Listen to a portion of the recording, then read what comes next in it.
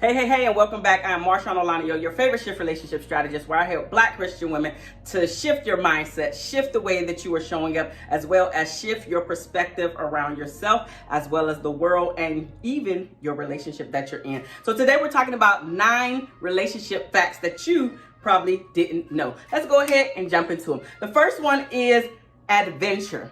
So adding adventure to your relationship has been known to show that you feel more connected and more love within your relationship with the partner that you are with. So spice up your life, add some adventure, don't be scared, and ladies, come here. Because a lot of times we don't like to add in adventure because we want to know every single detail that is going down. We want to know what outfit that we must wear because we don't want to get out there and look crazy if I have on a dress and I'm popping and he try to take me hiking. Now, hopefully he don't set you up for failure like that, but at the same time, add some adventure, add some spontaneity to your relationship. You don't always have to know what you're doing. Just show up.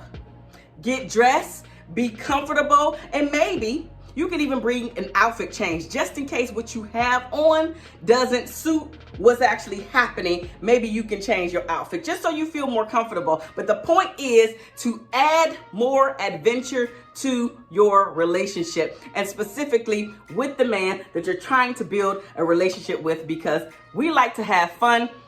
Men are no different. They like to have fun. And the more laughter that you have in your relationship, the more adventure, as I just mentioned, catalyst for more love to come in for you to feel it. So add some more adventure to your life. The second fact that you probably didn't know is by cuddling with the person that you love can relieve physical pain. Now, isn't that interesting that if you have some physical ailments in your body, that just by holding or being held by the person that you love, the person that nurtures you, the person that cares for you, the person that wants to see you win, i.e. your partner or spouse, just by cuddling up to that person,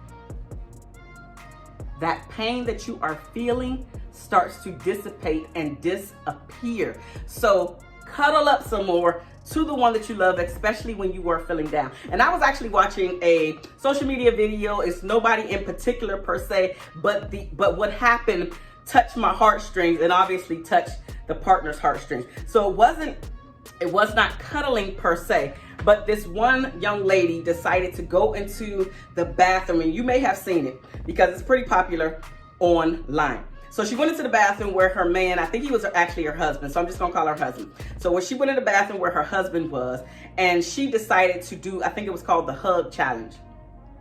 And what ended up happening, and again, this is not the same thing as cuddling, but it was an extended hug that she gave her husband.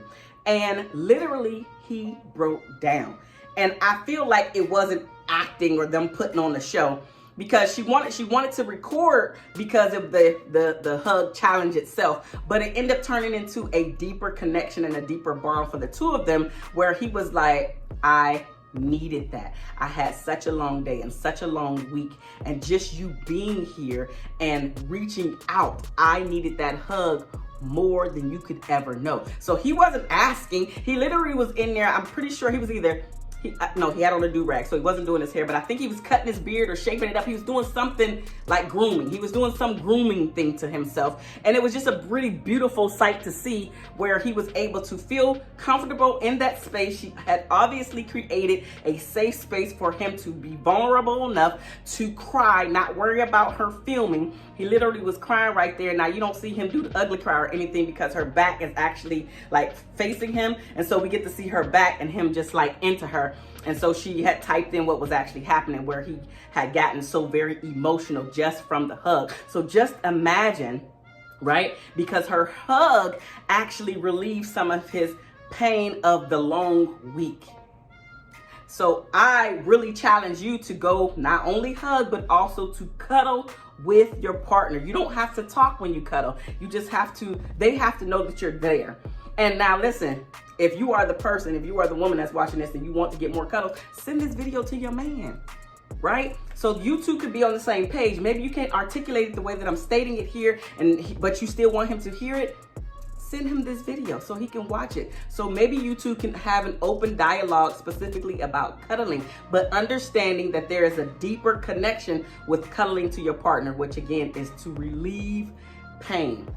Relieving pain. So that's the second relationship fact. The third relationship fact is research actually shows that people are attracted to others based off of their own self-worth. So if I'm a person that does not have any self-worth, I really don't think that I'm enough. I think that I secretly may be outwardly showing that I am this very confident woman, but deep down inside, I really have very low self-esteem and little to no confidence.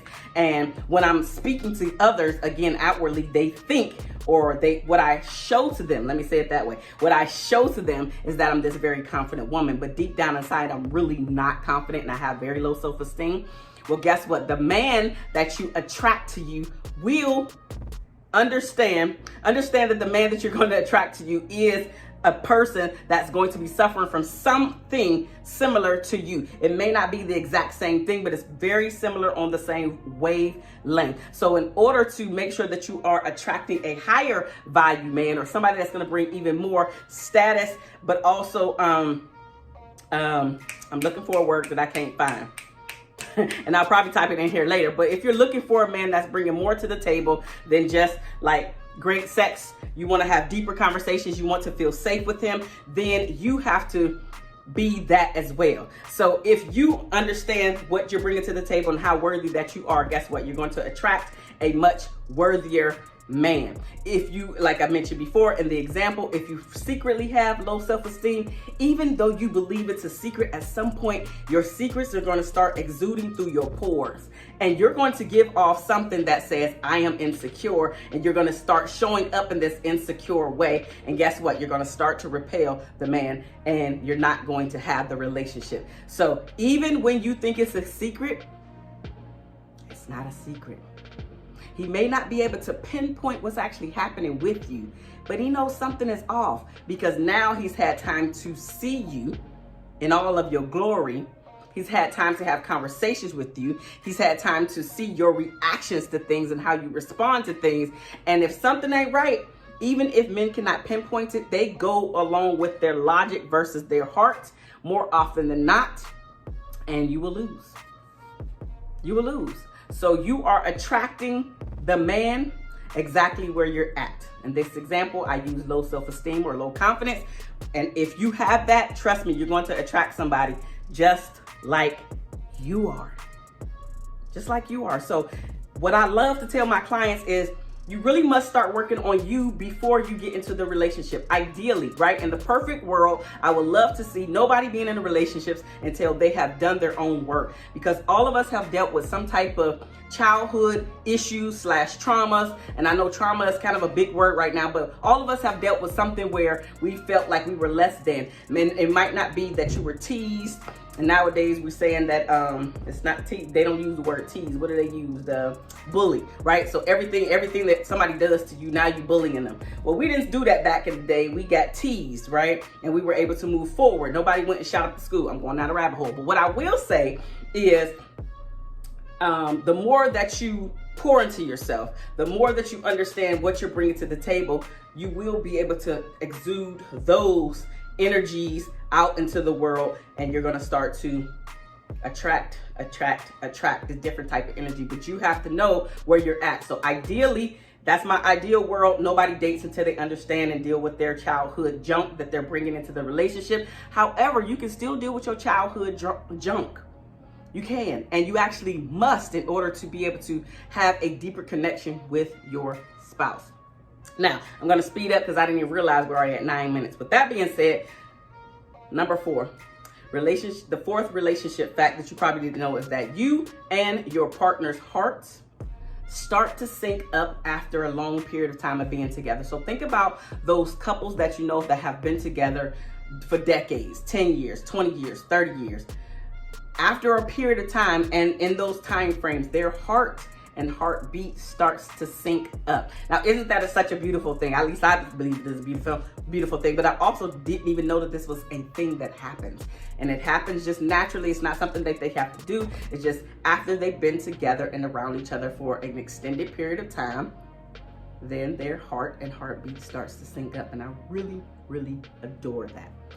The fifth relationship fact is when you hold hands with the person that you love, your partner, you can actually calm down and reassure your nervous state. So, you know how sometimes you could just be nervous about whatever. Maybe you're going to do a speech. Maybe it's something like a talk that you need to have. It could even be a difficult conversation that you need to have with your spouse. It could be something that you need to do with your boss or your children. But there's something that you need to do where you're either procrastinating and it's like, I know that I need to do this thing. So in this case, you need to have a difficult conversation with your spouse. I know that I need to have this conversation with him, but I ain't like the way he responded last time. I ain't like the way he did X, Y, and Z. And so now you have all of these things going on in your head and you get a bit nervous about the situation and even anxiety starts to build up. Well, I know I was talking about a difficult conversation. However, let's switch gears. So maybe it wasn't a difficult conversation. The point is, whenever you decide to hold your partner's hand, and obviously they're holding your hand back, now your nervous state, your nervous system can settle down, calm down, just by holding hands. Just by holding hands. So the next time that you see that you are feeling anxious, go and hold your partner's hand. Or if you are the person that's watching this and you see your spouse is nervous about something, just go and hold their hand and even give them that long extended hug that I spoke about earlier. Maybe they just need that. But it's really all about physical touch. It really is about physical touch, but I wanted to give specifics here. Specifics so they can stay at the top of your mind. Relationship fact number 6 is when you gaze into one another's eyes, so it has to be a mutual thing. When you mutually gaze into your partner's eyes, right? For some time does not mean like 20 years where you guys are both staring at each other, but just a 30 seconds to a minute or maybe 2 and 3 minutes where literally you guys are just looking at one another. Then this is where love can stimulate. This is why just looking at one another is so powerful. Those feelings of love start to increase by just gazing into one another's eyes. That's such a powerful thing. So if you're looking for somebody, fall in love with you, okay? Stare at them. But again, it has to be reciprocated. It can't just be you creepy staring. He has to reciprocate the gaze/stare. It has to be mutual in order for the love to be stimulated in both of you. Relationship fact number 7 is love and laughter go hand in hand. I brought up laughter earlier. When you have more fun and you just laughing, it fosters a fun environment, but it also deepens the emotional bond between one another.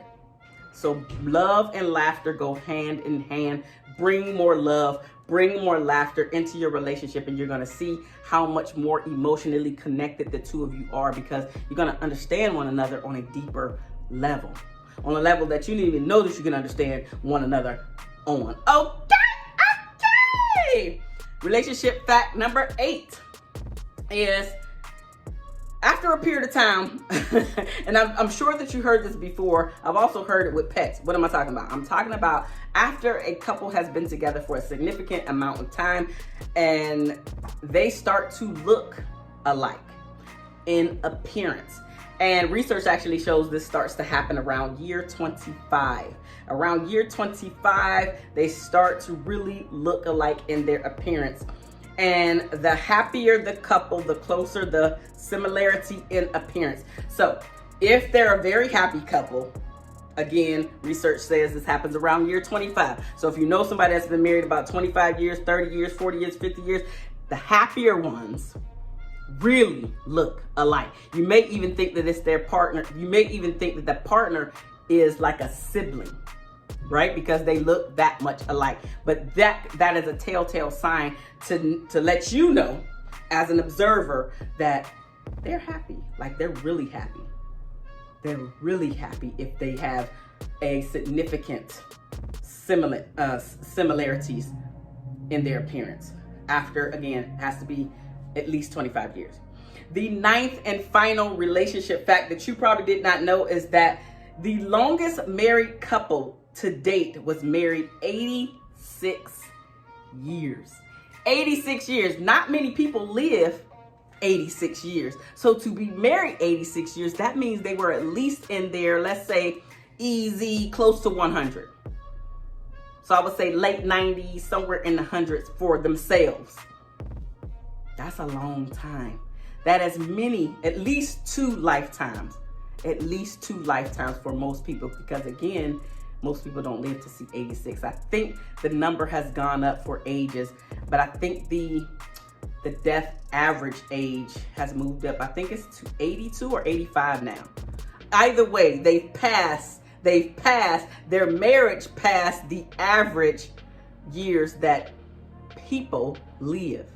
So again, for them to have been married 86 years, they had to at least be, let's say, late teenagers, early 20s, which is why I'm saying somewhere late 90s in the hundreds. So these are the 9 relationship facts that I have for you. Let me know down in the comment section below which one stood out to you the most. I love you guys, and there's nothing that you can do about it. I am Marshawn Alani, your favorite relationship strategist, where I help Black Christian women to shift their mindset, shift their way that they are showing up in this world, as well as shift their perspective. I love you guys, and I will see you in the next video. Deuces, y'all.